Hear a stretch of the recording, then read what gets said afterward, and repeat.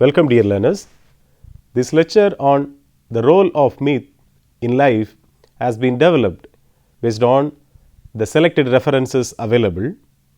It has been divided into the subtitles, namely Introduction, Myth in Culture, Myth and Science, Myth and Religion, Religious Symbolism and Iconography, Sacred Texts, and Myth and the Arts, Visual Arts, Performing Arts, Music, Myth and History for the discussion. Shall we now go to the topic? Dear learners, as objectives of this lecture, learners will enable to understand the relation of myth in everyday life, to discuss the various views of myth, to understand the different concept of religion pertaining to role of myth in life. Myth, the most obvious functions of myths is the explanation of facts, whether natural or cultural. The function of explanation and the narrative form go together, since the imaginative power of myth lends credibility to the explanation and crystallizes it into a memorable and enduring form. Hence, myths play an important part in many traditional systems of education. Many myths explain ritual and cultic customs. The cult can be understood as a commemoration of those first events. Hence, the myth can be said to validate life itself along with the cultic celebration. Comparable myths are told in a number of societies where the main means of food production is the cultivation of root crops. The myths reflect the fact that tubers must be cut up and buried in the earth for propagation to take place. Ritual sacrifices are typical of traditional peasant cultures. In most cases, such customs are related to mythical elements and events. Among important themes are the necessity of death. For example, the grain dies and it is buried only to yield a subsequent harvest. A society's cyclic renewal of itself, example, here I would like to take some and the significance of women and sexuality. New Year celebrations often accompanied by a temporary abandon of all rules may be related to or justified by mythical themes concerning a return to chaos and a return of the dead. In every mythological tradition, one myth or cluster of myths tends to be central. The subject of the central mythology is often cosmogony, which means the origin of cosmos. In many of those ceremonies that each society has developed as a symbol of what is necessary for its well-being, references are made to the beginning of the world. Next, we will move to the next subsection, myth in culture. Particularly, Sigmund Freud was one of the most renowned scholars on myth from a psychological perspective. In his 1899 book, The Interpretation of Dreams, Freud described the Oedipus complex, which he defined as the male child's repressed desire for his mother and corresponding desire to replace his father. The female equivalent was the Electra complex. This phenomenon, according to Freud, was detectable in dreams, myths, fairy tales, folk tales, and even jokes. Later, in his contribution Totem and Taboo, which was published in 1913, Freud proposed that myths were the distorted aspirations of entire societies. Moreover, he viewed the Oedipus complex as a memory of a real event that had occurred in the primal horde, when sons oppressed by their father revolted, drove him out or killed him and took his wives for themselves. Freud theorized that subsequent generations refrained from doing so due to a collective bad conscience. The significance of Freud's research to the study of myth is based on his belief that the formation of mythic concepts is independent of cultural history. Instead, Freud's analysis of the psyche postulated an independent transhistorical mechanism based on a highly individualistic biological conception of humans. However, explanation of myths in terms of a single theme and the repression of conscious ideas have been subject to criticism. Another theorist was the Swiss psychoanalyst Carl Jung, who, like Freud, was influenced by a theory the French philosopher Lucien Levy-Bruhl, pre-logical mentality. His theory was a type of thought that was prevalent among archaic humans and continues to be prevalent among so-called primitives, in which people allegedly experienced a mystical participation with the objects of their thought rather than the separation of subject and object. Jung's theory of collective unconscious, which bears a certain resemblance to Levy-Bruhl theory, enabled him to view the origin of mythical images as positive and creative, as opposed to Freud's more negative perspective. Jung created a theory regarding archetypes.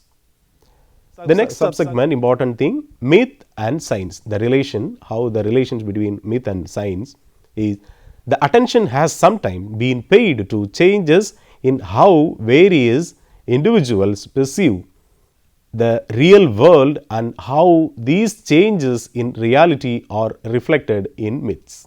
This reality has changed continuously throughout history, and these alterations have fascinated philosophers and historians of science, as a culture's perceptions of reality is fundamental to its scientific endeavors, beginning with the earliest philosophical inquiries into the nature of the universe. It may be a stretch to compare the images and concepts that comprise a culture's scientific sense of reality to myth, but parallels between science and myth and the existence of a mythological dimensions to science are generally accepted.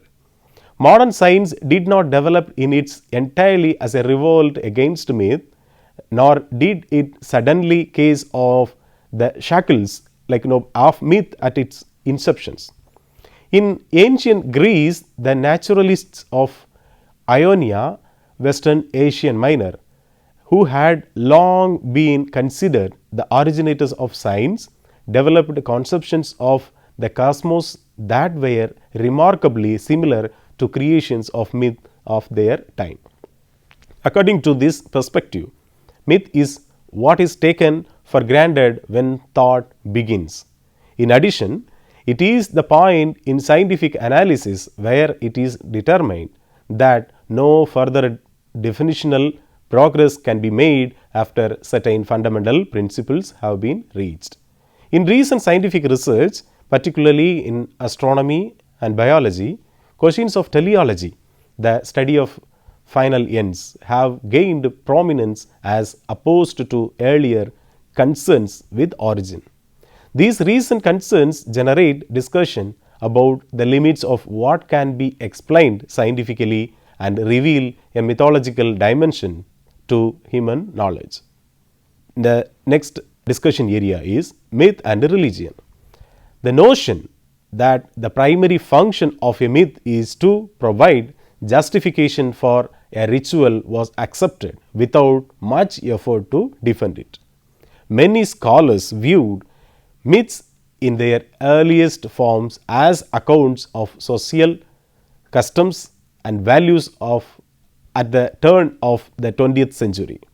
Myths and rituals, according to Sir James Frazer, provided evidence for humanity's earliest preoccupations, fertility, from the magical to the religious to the scientific.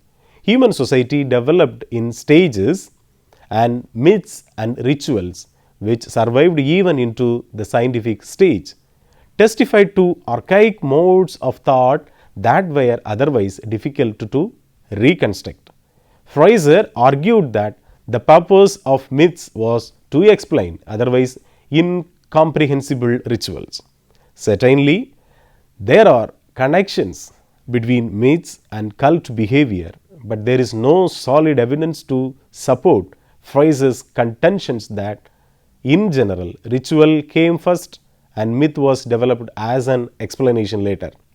If only a subsequent myth clarifies the significance of an earlier ritual, the ritual's significance may remain obscure. There is in fact no consensus regarding which came first. Modern scholars tend to ignore the issue of temporal precedence and instead focus on the diversity of the relationship between myth and ritual. While it is evident that some myths are linked to rituals, so that it makes sense to say that the myth expresses through the language of narrative what the ritual expresses through the symbolism of action. In the case of other myths, there is no such ritual. Important myths about the origin of the world typically reflect the dominant cultural form of tradition in their content. The myths of hunter-gatherer societies describe the origin of game, animals and hunting practices. Agricultural civilization emphasize agricultural practices in their myths. Pastoral cultures emphasize pastoral practices and so on. Consequently, numerous myths depict acts and organizations central to a society's way of life and link them to prehistoric times. Myths in certain tradition concern harvest rituals, initiation ceremonies and the customs of secret societies. Religious symbolism and iconography. Sacred objects and sacred images are found in all religious traditions. They are the material equivalents of myth insofar as they represent the sacred realities of figures in narrative form as do myths.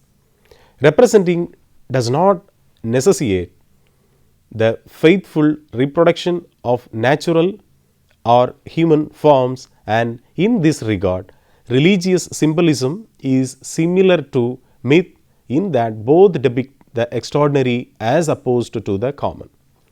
Myths are the origin of numerous symbolic representations. Human form depictions, human form are uncommon. Traditionally, the degrees of humanism in cult practices and the depiction of mythical themes has been considerably lower. An illustration is the prevalence of geometric and animal figures in the history of religions. An additional example in the use of sacred masks, such as in the Mysteries of Dionysius, an ecstatic cult in the Aegean world of classical antiquity, and in the indigenous traditions of Australia, North America and prehistoric Europe, among others. The next important subsegment is sacred texts. In the same way, the practices of ancient Greeks, Chinese and Abenaki peoples are intertwined with myths. The Hebrew Bible is commonly considered to contain a great deal of material that considered to contain mythological themes. In many ways, however, the religion of Israel was critical of myths in the sense of non-canonical approved narratives. Similarly, it rejected any natural representations of God. There are anti-mythological tendencies in the religions with Israel roots. In some instance, the New Testament of Christianity disparages myths by labeling them godless and silly. As evidenced by the Quran, Islam's emphasis on the transcendence of God leaves room for mythological stories. Other traditions with sacred texts such as Hinduism and Buddhism are more tolerant of myth. Contrast between the one and the many is theme that runs through a number of key texts of Hindu sacred tradition. Thus, the philosophical poem known as the Bhagavad Gita contrasts a person who sees infinity in the finite world with a person who sees only the diversity of appearances. Nevertheless, this ascetic and abstract perspective in no way excludes a rich and extraordinarily diverse mythology which is reflected in the vast array of Indian religious statues and which reflects the religious complexity of Indian society. A justification for the coexistence of a unified ideal and a pluralistic reality is found in the Rig Veda, which states that although God is one, the sages have given him many names. Buddhism accommodates both extravagant mythology and the more straightforward truths of sacred doctrine. Buddhism encompasses not only the teachings of Buddha regarding the pursuit of enlightenment and nirvana, but also the mythical figures of Yamantaka, who wears a necklace of skulls, and Jampala, the Abzi god of wealth. The next important topic, myth and the arts. The only reason myths from ancient civilizations are known is because they became part of written tradition.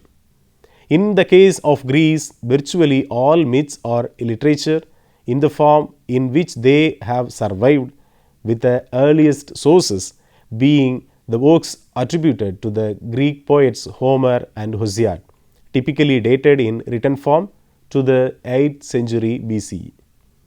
Myths have frequently been transmitted through literary forms such as the epic because they provide an authoritative account. The Homeric epics exemplified and explored heroic values, and they became the foundation of education in ancient Greece. The great Indian epics, the Mahabharata and the Ramayana, served as knowledge encyclopedias and served as models of for all human existence. Visual arts. In general, the same type of relationship exists between the other arts and myth and literature. Archaeological discoveries confirm the primacy of mythical representations in architecture and sculpture. Prehistoric megalithic and sarcophagus structures are among the earliest known three-dimensional objects constructed by humans. It is not possible to discern mythological specifics, but it is widely believed that these structures express mythological concerns and that mythological images dictated their form. The Stonehenge stone circle in southern England is particularly captivating example. The axes of this structure are aligned with significant risings and settings of the sun and moon. But the notion that the circle was constructed for religious purpose must remain more probable than certain. Grave monuments of rulers are among the most significant relics of ancient civilizations. For example, the Egyptian pyramids and the sepulchral structures of Chinese rulers since Zhou dynasty, approximately 1046 to 256 BCE. Archaic humans believed that the points of the compass had mythological associations. Example, the west and death, or the east and a new beginning. Based on global evidence, mythological perspectives have even influenced construction. The column is one architectural element that can have mythological significance. According to a number of folk beliefs, the sky is supported by one or more columns.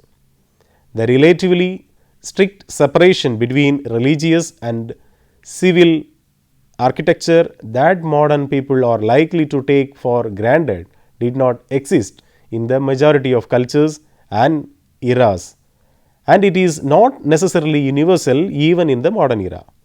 Even when art ceases to explicitly depict mythological subjects, it is typically still far from representational.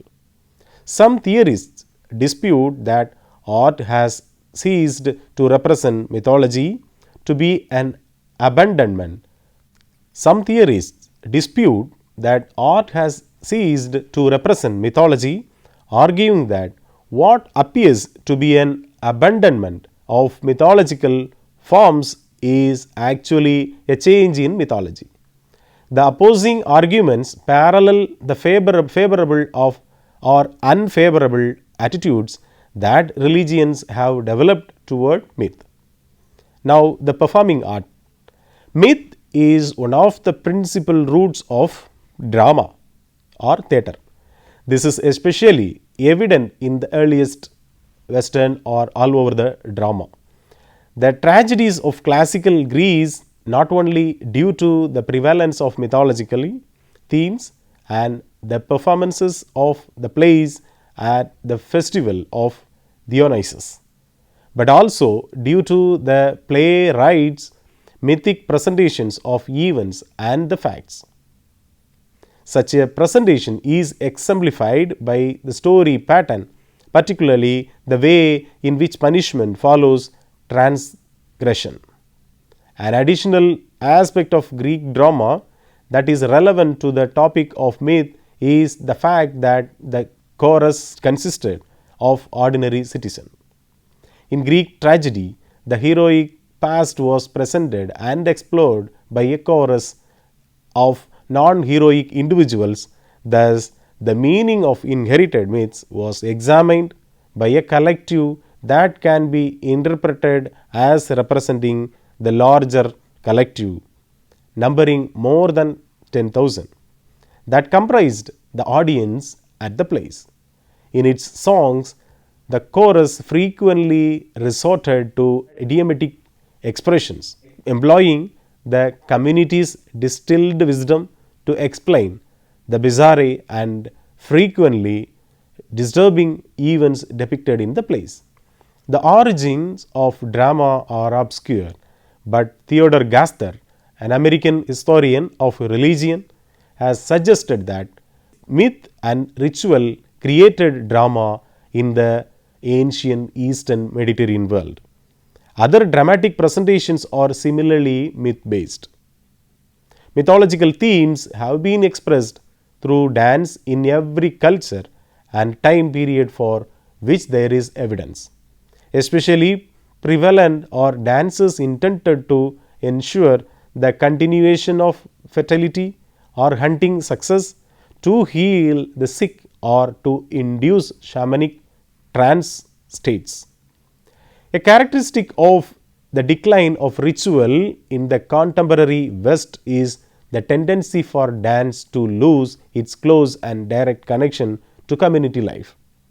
As a result, the role of dance in embodying and exploring a community's myths has been frequently overlooked, and dance may have become more distant from myth than any other Western art form. However, there are significant and important exemptions.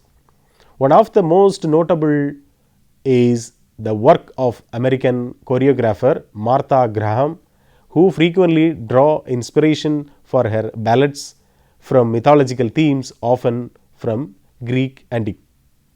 Now the part is music. Myth and music are intertwined in numerous cultures and diverse ways. Numerous legends, for instance, attribute the origins of music to a divine figure who lived in the mythical past.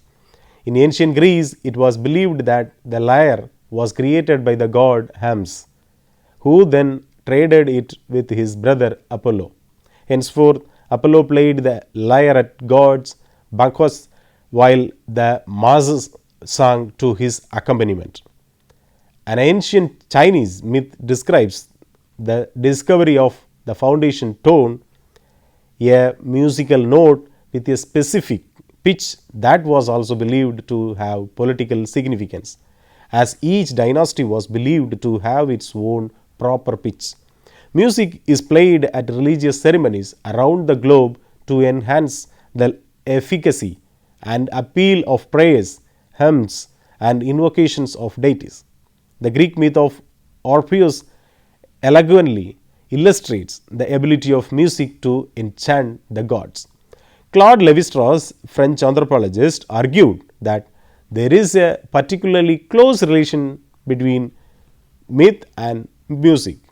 In The Raw and Cooked, which was written in 1964, he analyzes the myth of certain South American Indians and explains that his methodology is to treat the sequences of each myth and the myths themselves in terms of their reciprocal interrelations, like the instrumental part of musical composition, and to study them as one would as a symphony.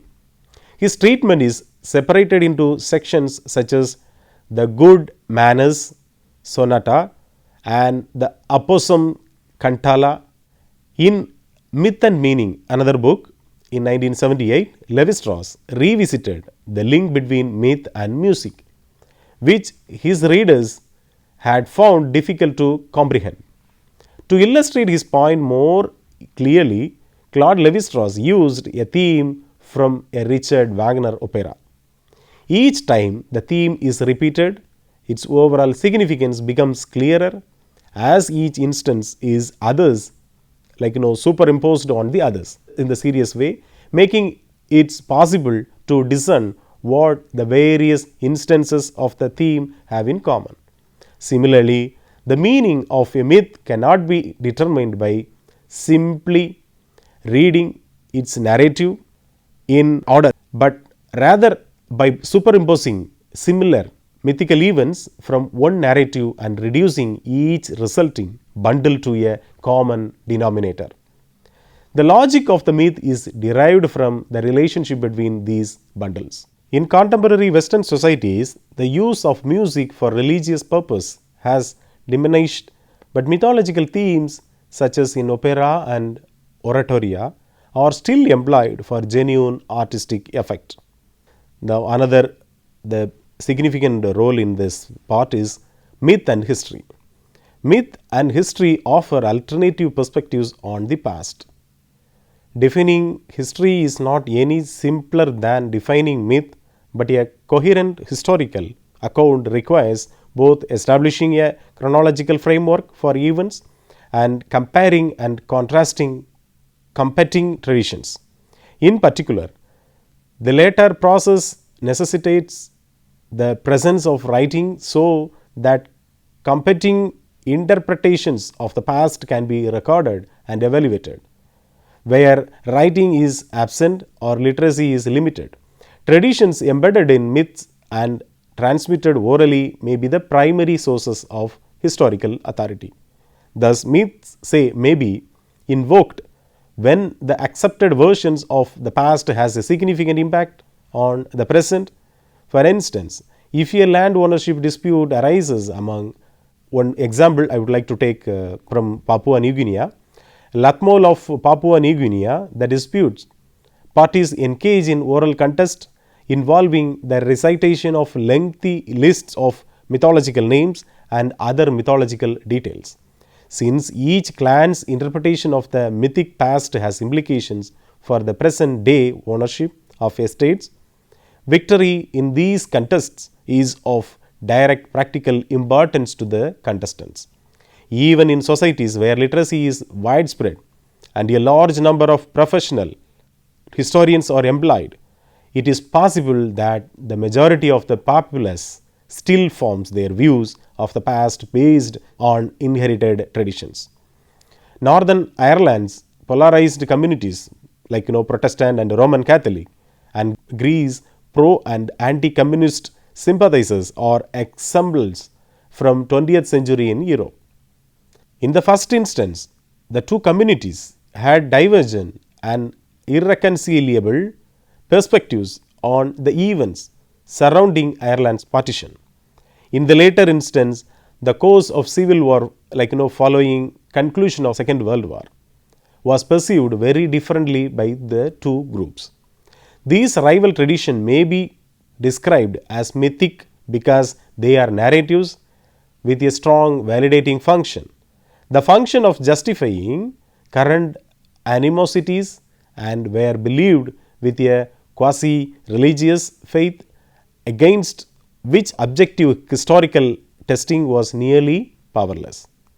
Dear students, in summing up the lecture, so far we have discussed core idea of myth in life with the themes of myth in culture, myth and science, myth and religion, religious symbolism and iconography, sacred text, myth and the arts, visual arts, performing arts, music, myth and history. It is an approach which basically studies that sociology of religion for the deeper understanding. To uphold what this perspective, we have discussed about the various aspects of the role of myth in life expressed by various scholars.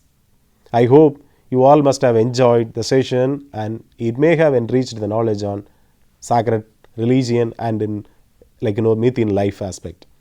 Dear learners, we will meet with another schedule. Thank you. All the best.